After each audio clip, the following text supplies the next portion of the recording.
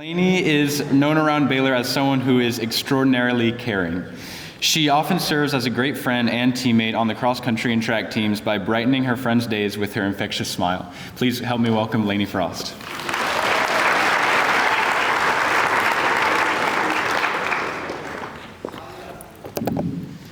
September 25th, 2023, the day my life turned upside down. I will never forget the day my parents called my sisters and I downstairs to have a conversation at the dinner table. This is the day we found out our parents were getting divorced. I will never forget the emotions that I felt that night. But I'm not here to tell you about my parents' divorce. I'm here to tell you about the phrase that my mom began to tell my sisters and I during that time: you can do hard things. This year, I signed up to take AP Psychology, actually hoping it would be a challenge where I would learn so much. One of the first assignments that Mr. Smith introduced was creating our definition notebooks. Easy, I thought. I just have to write a one-sentence definition for each word. I can do this. Well, at least I thought I could do this, until I turned the first one in and I got a 70. I felt so defeated, and honestly, I was annoyed. I misinterpreted the assignment, and when I realized what I actually had to do, I was unsure of how I was going to get it finished. Mr. Smith's idea of a definition includes 5 sentences and a picture. Okay, maybe it's possible, until I realized I had to do this for at least 100 words. I could not believe that this is what he wanted us to do. And I actually had a moment when I didn't think I could do it.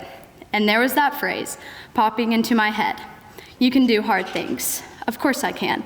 I did it once, and now I've done it for 4 times for over 600 words.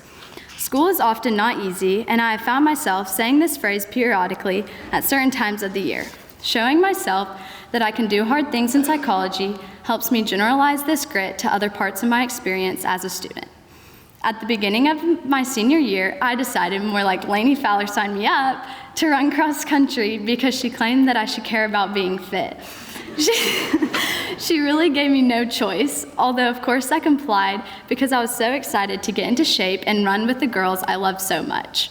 Well, at team camp over the summer, we had a workout, and that was to run up a mountain called Sugarloaf. Sugarloaf is not just any usual base run or a jog, it is straight uphill basically the whole time. While running, my legs felt like they were literally going to fall off. My body was dying. I could not complete this run. But yes, I can. Remember, I can do hard things. I made it through the summer season and was actually proud of myself. Then I got hurt. I missed the entire cross-country season, all except for the very last race. When it was time for the last race, I was so nervous and was really not excited to run because I had never run a real race before. In fact, the Sugarloaf was one of my last runs before I got hurt. What a memory. Before the team went to the starting line to line up, I saw some of my teammates grab a pen and write encouraging words or a Bible verse on their ankle or their wrist. Okay, I guess I should do that too. I grabbed a pen and decided to write, "I can do hard things," on my hand. During the race, I found myself looking down at my hand and telling myself this phrase multiple times: remember my run up Sugarloaf. I couldn't do it, but then I did. Well, actually, I wasn't sure I could do this either. As I was passing my mom right after I ran through the loop, I heard her yelling for me in her version of cross-country encouraging terms as I simultaneously glanced at the phrase on my hand, the one from that horrific day. I can do hard things. Of course I can do hard things. Sometimes, doing hard things can be leaving something you know for what you believe is going to benefit you more in the future. These choices can be scary and hard, but who knows where they are going to lead you. For me, I chose to leave a friend group that did not support my growth. It was lonely, and honestly, while I believed with all my heart that this was the right decision, it still didn't mean I had anything figured out.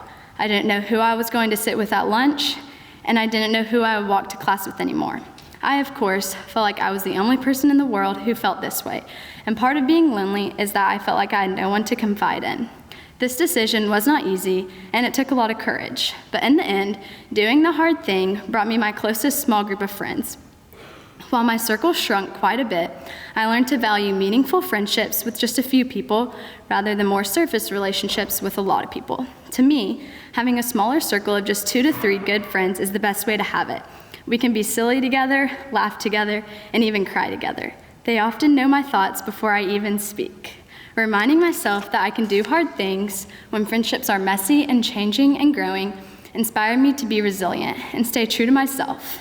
Those hard things led me to better and brighter places. And finally, my sisters have been my biggest supporters my whole entire life, and I could not be more thankful for them. No matter what is going on in our lives, my sisters and I will always be bonded together. Sure, there are times when we yell and scream and have normal sibling tiffs, but the overwhelming majority of the time, Sally and Molly are my heartbeat. We've been through so much together. Together, we can do hard things. The bond between my sisters and I can never be broken. These 5 words have been the most important words in my life since my mom shared that wisdom over a year ago. They will forever be planted in my mind and heart. Before every track meet, every test, every trial, and every difficult time, I remind myself that I can do hard things. Maybe right now your life feels really good and things seem to be going your way. Or maybe you feel stuck in a hard spot and you can't imagine how you're going to pull yourself out of this slump. No matter what, life is constantly changing and we are constantly growing. When adversity strikes and life feels hard, remember to remind yourself you can do hard things. Thank you.